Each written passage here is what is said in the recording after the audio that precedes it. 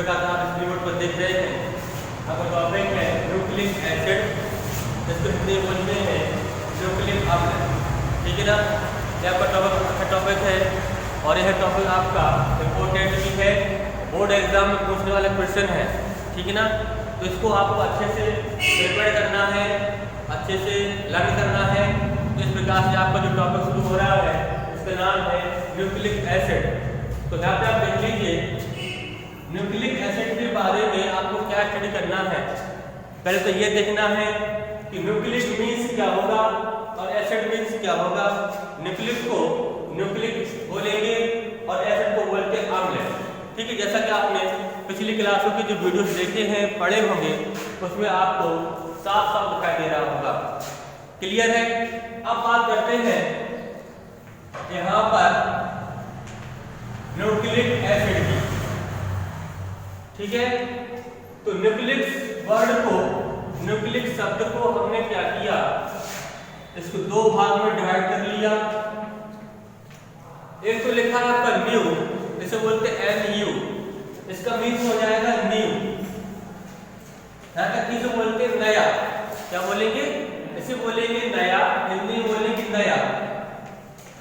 Clear है। अब लिखा है क्लिक, तो हमने यहाँ पर इस वर्ड को लिख दिया क्लिक। तो क्लिक का मीन होता है स्टार्ट। क्या होगा, स्टार्ट, मतलब इसका मतलब होगा शुरू करना। क्या होगा, शुरू करना। तो इसका मीन्स ये हो जाएगा, मान लीजिए आपकी सेल है, ये क्या है, ये सेल है, ये कोशिका है, और कोशिका में एक पदार्थ होता है। क्या होता है, एक पदार्थ होता है, एक मटेरियल होता है। ये मटेरियल सबसे पहले कोशिका के बाहर पाया जाता है। ये आप देख रहे हैं, ये पदार्थ इस कोशिका के बाहर पाया जाता है। अब ये पदार्थ जब बाहर पाया जाता है तो अब ये इंटर कैसे करेगा, बाहर से अंदर की ओर कैसे जाएगा। तो आप देख रहे हैं ये पदार्थ कैसा है, ये पदार्थ आपका नया पदार्थ है, कैसा है, यानी कि न्यू है। ठीक है, अब ये जब पदार्थ बाहर से अंदर जाएगा तो ये इसका नाम है साइटोप्लाज्म। क्या नाम है, इसका नाम है साइटोप्लाज्म।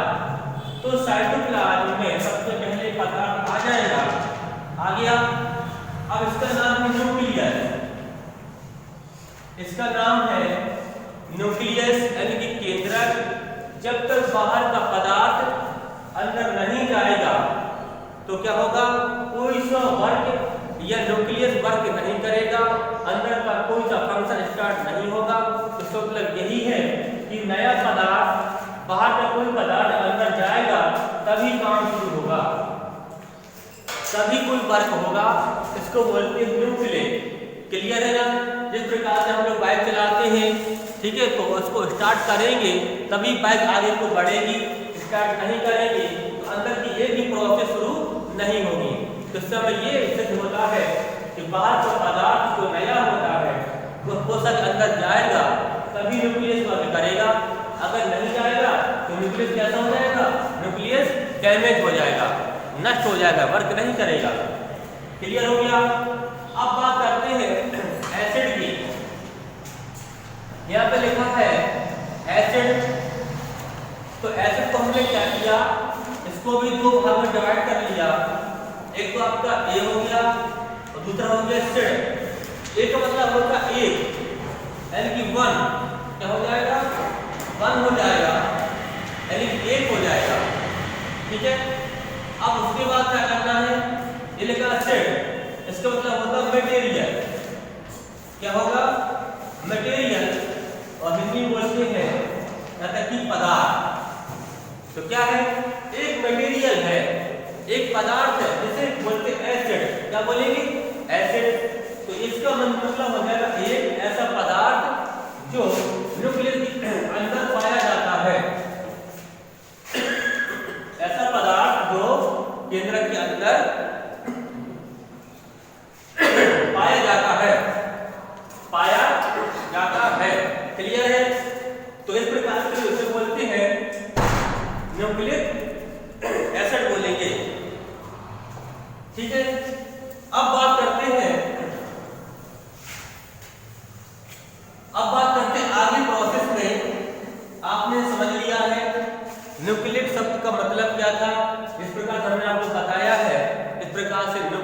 न्यूक्लिक, नया पदार्थ अंदर जाता है, कोई वर्क करता है, स्टार्ट करता है।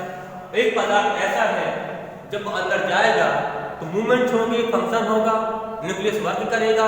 इस प्रकार से आप देख रहे हैं। अब बात करते हैं start. Nucleic acid, nucleic acid की खोज सबसे पहले एक वैज्ञानिक है जिनका नाम है फ्रेडरिक मीसर।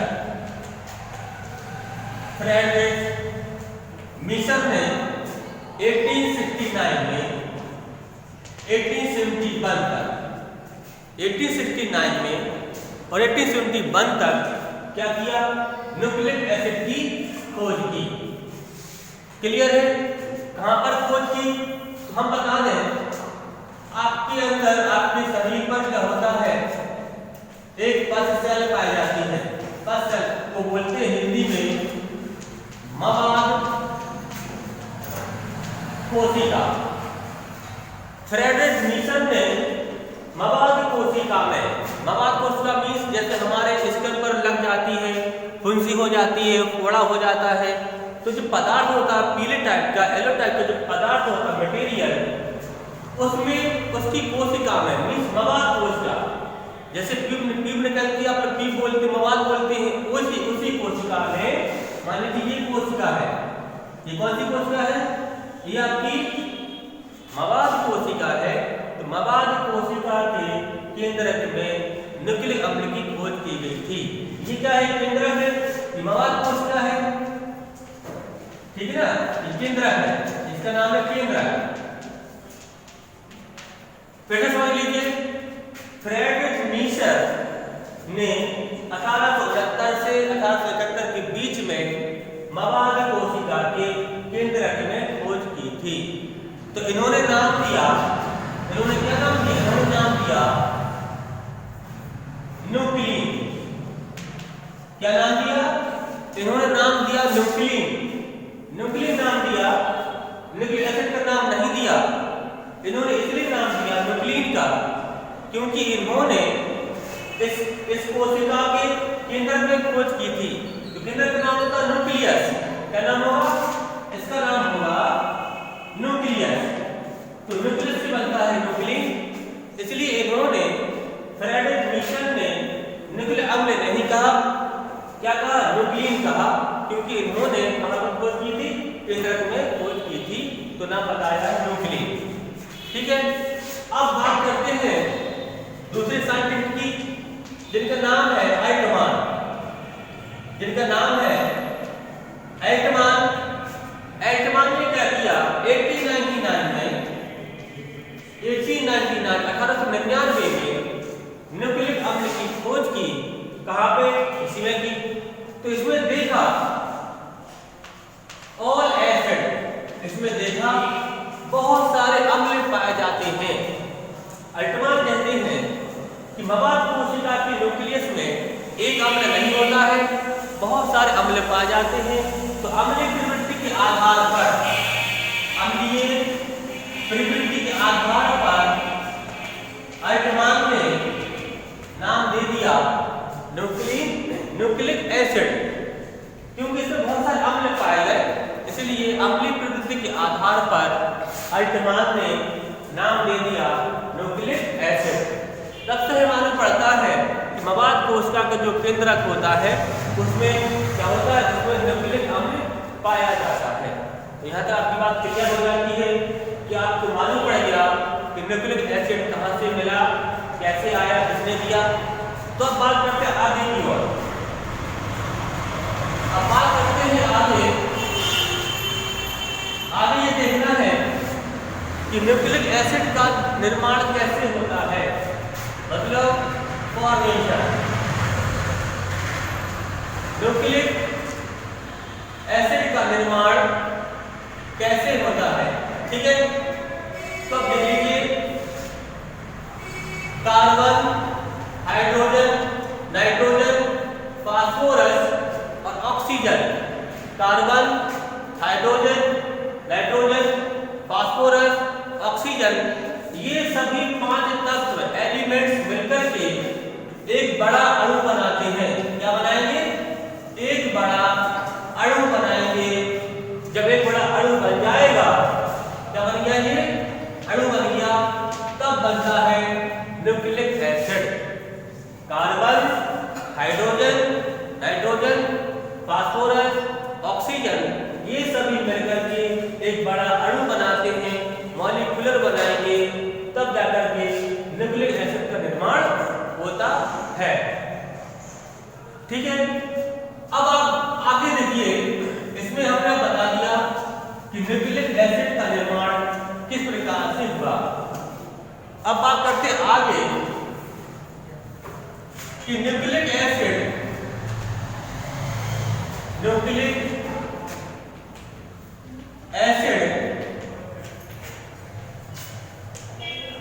न्यूक्लियोटाइड के पॉलीमर होते हैं। क्या होते हैं? पॉलीमर होते हैं। न्यूक्लिक एसिड न्यूक्लियोटाइड के पॉलीमर होते हैं। इसको बोलते हैं बहुलक। क्या बोलते हैं? इसको बोलते हैं बहुलक।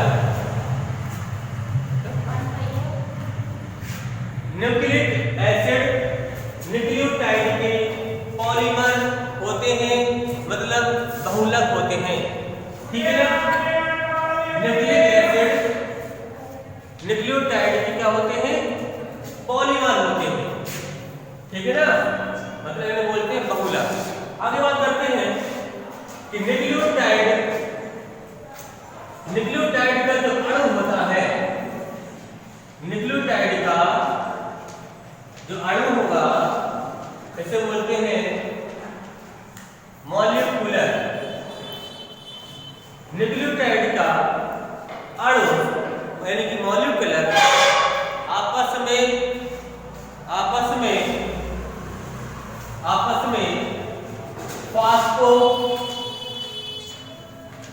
फास्फोडाई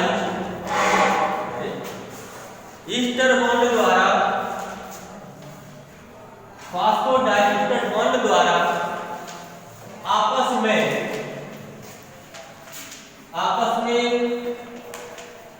जुड़े रहते हैं। आप समझ रहे हैं मेरी भाषा को? न्यूक्लियोटाइड का जो अणु है वो आपस में फास्फोडाइस्टर बॉन्ड द्वारा आपस में जुड़े रहते हैं। मान लीजिए एक अणु बन गया, एक अणु और बन गया, तो अणुओं के बीच में दो बॉन्ड लग जाएंगे, मींस डबल बॉन्ड लगेंगे, इनका नाम है फास्फो। ठीक है, अब लिखा है डाई, मतलब होता है दो। फास्फो के दो बॉन्ड लगेंगे, कैसे लगेंगे? ईस्टर टाइप के लगेंगे, तो मतलब होता है लंबी रेखा। तो लंबी रेखा हो जाएगी, ये बॉन्ड कहलाएंगे। अब देखिए एक और अणु बनेगा, फिर से डबल बॉन्ड लग जाएंगे, एक और अणु बनेगा, इससे बनेगी। तो इसका मतलब ये है जितने भी अणु बनते चले जाएंगे उनमें क्या होगा? उनमें डबल बॉन्ड लगते चले जाते हैं। तो ये जब इस तरह से लगेंगे तो आप देख रहे हैं इसलिए आपकी जो अणु है, अणु की संख्या हो जाएगी 1000। ऐसे चेयर बना लेंगे फास्फोडाइस्टर बॉन्ड द्वारा, ये अणु क्या कर लेंगे? 1000 अणु बन जाएंगे। जब ये 1000 बन जाएंगे तो इनसे मिलकर के एक अणु बनेगा, इसका नाम है पॉलीपेप्टाइड चेन। Polypeptide chain. 1000 अणु बनेंगे न्यूक्लियोटाइड के, तब एक अणु बनता है पॉलीपेप्टाइड चेन श्रृंखला। किसका चेन? जैसे आप पढ़ते हो डीएनए पढ़ते हो, मॉडल पढ़ते हो ना डीएनए का, तो एक अणु इसका, एक अणु कहाँ लगेगा? यहाँ लगेगा, ये लग गया। अब समझ लीजिए इतनी छोटी प्रोसेस है, इतनी बारीक सी प्रोसेस है कि न्यूक्लियोटाइड के एक अणु बनेंगे वो 1000, तो एक अणु बनेगा किसका? पॉलीपेप्टाइड चेन का, क्योंकि डीएनए आरएनए की जो श्रृंखला होती है वो पॉलीपेप्टाइड की बनी होती है, इसलिए इसमें अणु लगे होते हैं। फिर बन जाए 1000, तो फिर से बन जाएगा। इस प्रकार से इसमें अणुओं की संख्या पाई जाती है। जिस प्रकार से इसकी चेन इसकी बनी होती है, इसका नाम पॉलीपेप्टाइड चेन। क्लियर हो गया यहाँ तक?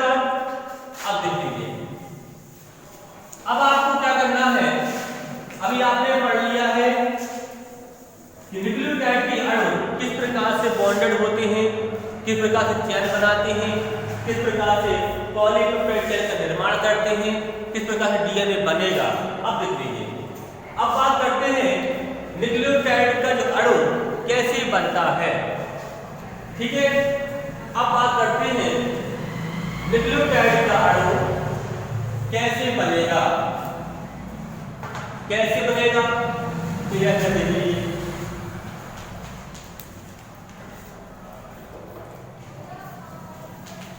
न्यूक्लियोटाइड, ठीक है, क्या बनाना है, अणु बनाना है। ठीक है, क्या बनाना है, अणु बनाना है। तो प्रत्येक न्यूक्लियोटाइड का अणु, प्रत्येक न्यूक्लियोटाइड का अणु 3 बेस से मिलकर के बनता है। कितने बेस में बनेगा, 3 बेस से मिलकर बनेगा। इसमें आप देख रहे हैं पहला, दूसरा यानी कि तीसरा, 3 बेस हो गए। तो पहले बेस का नाम है नाइट्रोजीनियस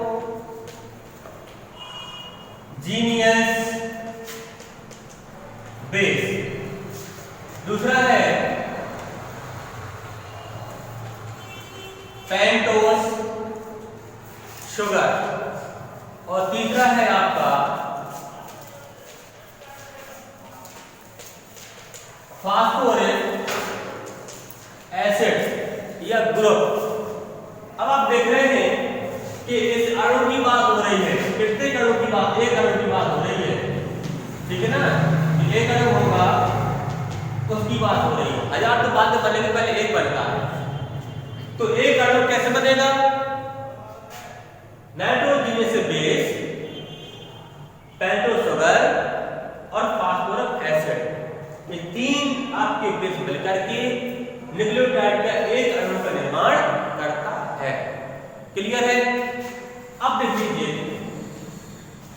बात करते हैं नाइट्रोजीनियस बेस की। तो आपको जो नाइट्रोजीनियस बेस होते हैं वो कितने होते हैं, टोटल 5 होते हैं। कितने होते हैं, 5 होते हैं, 5 नाइट्रोजीनियस बेस 5 होते हैं। और प्रकार होते हैं 2।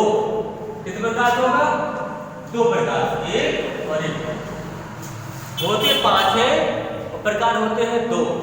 तो पहला प्रकार है इसका ट्यूरिन और दूसरा है पिरिमिडिन। ठीक है, पहला बेस है ट्यूरिन और दूसरा है पिरिमिडिन। अब बात करते हैं ट्यूरिन की। ये नाइट्रोजीनियस बेस रिंग स्ट्रक्चर होते हैं। ऐसे होते हैं, रिंग स्ट्रक्चर होते हैं, मतलब इनके स्ट्रक्चर में रिंग पाई जाती है, गोल गोल संरचनाएं पाई जाती हैं, गोल गोल संरचनाएं पाई जाती है। ठीक है, जब इसमें रिंग पाई जाएंगी तो इसमें रिंग पाई जाएगी। ठीक है, अब बात करते हैं प्यूरिन बेस की। तो प्यूरिन बेस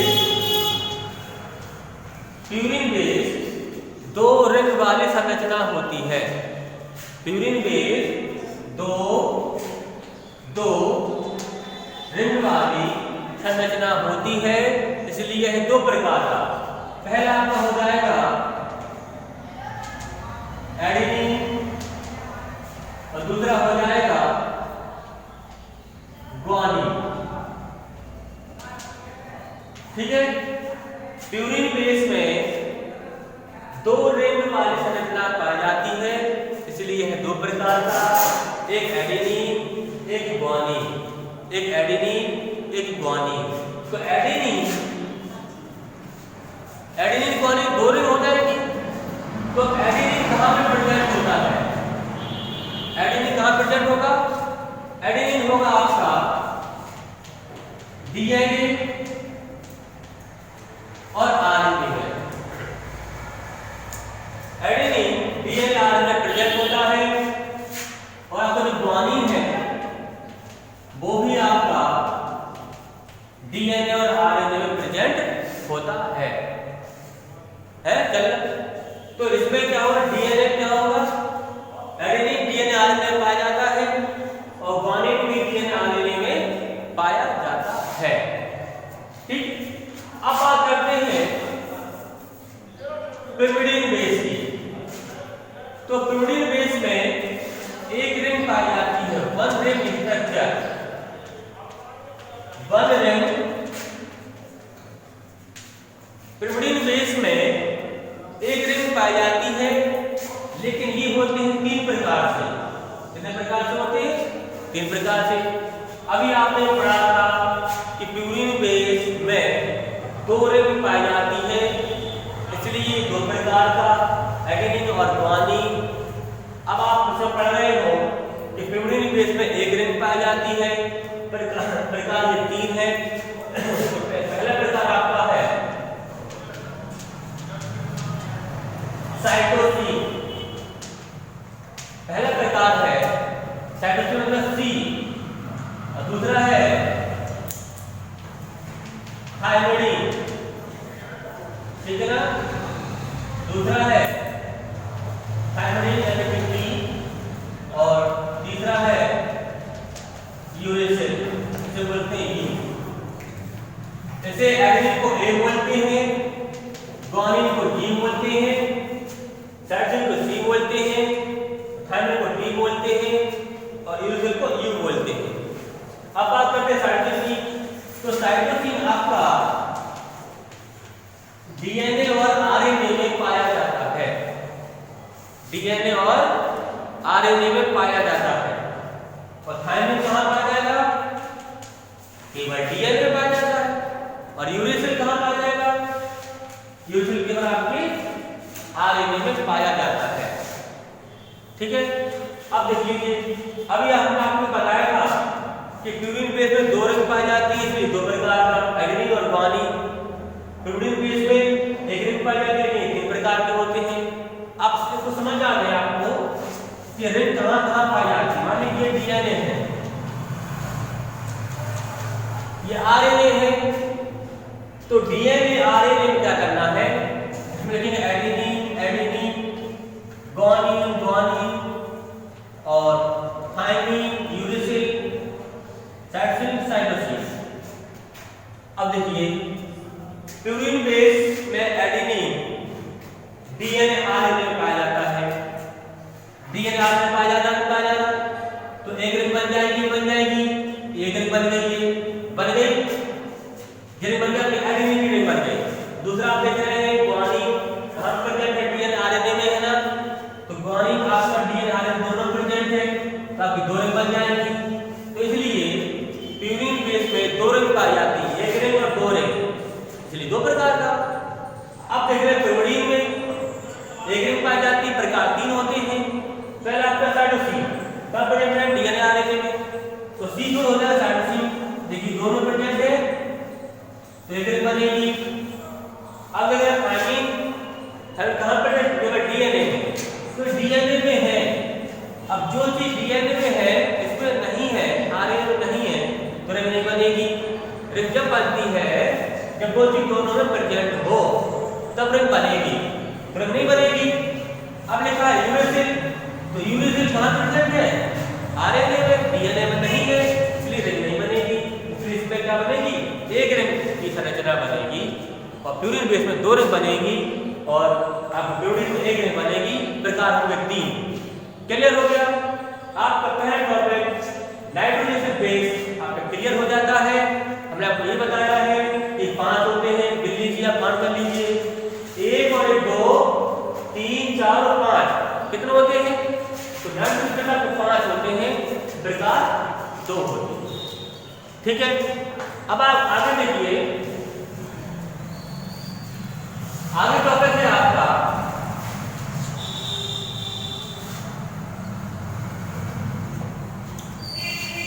आगे टॉपिक है पेंटोज शुगर। कौन टॉपिक है? Pentose sugar. तो पेंटोज शुगर को शर्करा के नाम से भी जाना जाता है, ये शर्करा होती है। और आप ध्यान देख लीजिए, पेंटोज मतलब होता है 5C, क्योंकि इस शुगर में कार्बन की 5 वैलेंसी इसलिए इसको क्या बोलते हैं, 5C के नाम से भी जाना जाता है। तो पेंटोस शुगर आपका दो प्रकार से है, एक और एक दो, 2 टाइप्स ऑफ पेंटोस शुगर, इसे 5C भी बोलते हैं। तो पहला आपकी हेडर हो जाएगी deoxy ribo nucleic deoxy ribose, ठीक है, डीऑक्सी राइबोस। और दूसरा हो जाएगा डीऑक्सी राइबोस शुगर, और दूसरा हो जाएगा राइबोस शुगर, ठीक है। तो पेंटोस शुगर आपका दो प्रकार का, डीऑक्सी राइबोस शुगर और आपका दूसरा है राइबोस शुगर। अब बात करते हैं डीएनए यानी इसकी शुगर की। तो ये केवल डीएनए के न्यूक्लियोटाइड में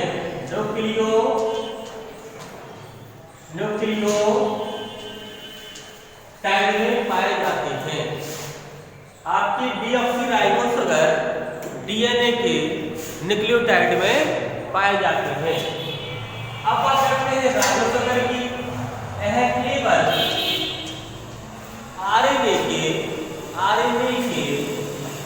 न्यूक्लियोटाइड में पाए जाते हैं।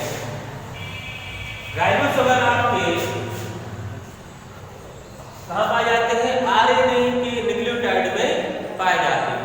तो आपने समझ लिया, आपका दूसरा टॉपिक क्लियर हो गया, यानी कि पेंटोस शुगर आपका 5C भी बोलते हैं और दो प्रकार का होता है, डीऑक्सी राइबोस शुगर के नाम से जानते हैं, दूसरा आपका राइबोस शुगर के नाम से जानते हैं। ये आपका पाया जाता है डीएनए के न्यूक्लियोटाइड में पाया जाता है। राइबोस शुगर कहाँ पाया जाता है, आरएनए के न्यूक्लियोटाइड में पाया जाता है। तो इस प्रकार से आपके दो टॉपिक आपको क्लियर हो जाते हैं। आपका थर्ड है फास्फोरिक एसिड या फास्फोरिक ग्रुप। इसका फॉर्मूला होता है H3PO4। इसका फॉर्मूला होगा H3PO4। ये कहां पर आ जाएंगे, ये डीएनए और आरएनए, डीएनए और आरएनए के दोनों के न्यूक्लियोटाइड में फास्फोरिक एसिड आपके डीएनए आरएनए की जो न्यूक्लियोटाइड होते हैं उनमें पाए जाते हैं। तो इस प्रकार से आपने देखा, आपके जो 3 बेस है, इतना सारा आपने पढ़ाया है, ये सब मिलकर के एक अणु का निर्माण करते हैं। अब बनेगा एक अणु, अब बनेगा।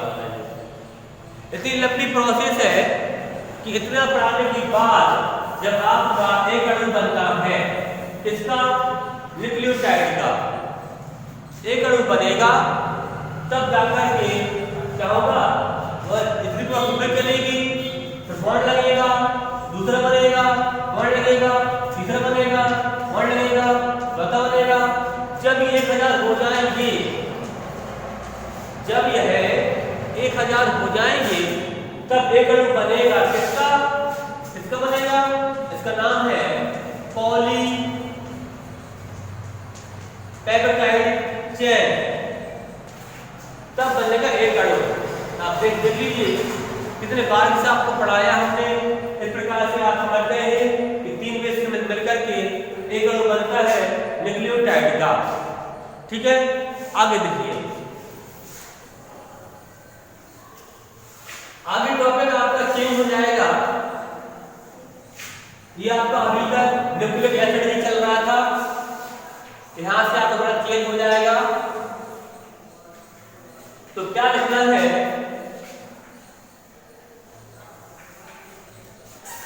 न्यूक्लिक एसिड टाइप ऑफ, लिखेंगे टाइप ऑफ न्यूक्लिक एसिड। ठीक है, तो न्यूक्लिक एसिड के प्रकार, न्यूक्लिक एसिड के प्रकार कितने प्रकार से होता है? 2 प्रकार से होता है। ठीक है, न्यूक्लिक एसिड आपका 2 प्रकार से, पहला और दूसरा। पहला आपका है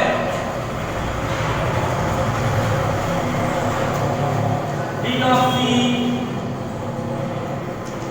राइबो न्यूक्लिक एसिड, ऐसा कि बोलते हैं DNA, deoxy ribo nucleic acid यानी कि डीएनए, और दूसरा आपका है राइबो न्यूक्लिक एसिड, ऐसा कि ऐसे बोलते हैं आरएनए। तो आपने देखा इस प्रकार से न्यूक्लिक एसिड आपका 2 टाइप्स, 2 प्रकार से, deoxy ribo nucleic acid DNA, दूसरा राइबो न्यूक्लिक एसिड यानी कि आरएनए। तो अब आपको स्टडी करनी पड़ेगी डीएनए और आरएनए की।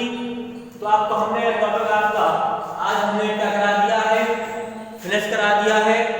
आपका न्यूक्लिक अम्ल फिनिश हो गया, और कल आपका जो टॉपिक होगा इसका नाम है डीऑक्सी राइबो न्यूक्लिक एसिड मतलब कि डीएनए। तो कल हम आपको वीडियोस में डीएनए के बारे में पढ़ाएंगे, डीएनए टॉपिक रहेगा, उसका असर आपका आरएनए।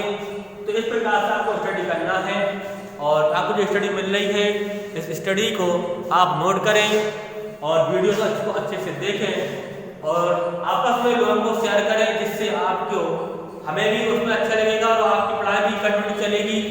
और इसको चीज को क्या करना है, नोट्स आपको जो मिल रहे हैं ग्रुप पर उसको नोट करना है, और कॉलेज भी आना है, स्कूल भी खुल गए आप लोगों के, स्कूल भी आना है। इस प्रकार से आप नोट्स बनाएंगे तो आपकी प्रिपरेशन हमेशा चलती रहेगी, जिससे आपको कुछ सीखने को मिलेगा। और वीडियो को लाइक करें, शेयर करें, कोई प्रॉब्लम होती तो आप हमें बताएं, ठीक है ना। तो इस प्रकार से आज आपका टॉपिक फिनिश होता है। Thank you.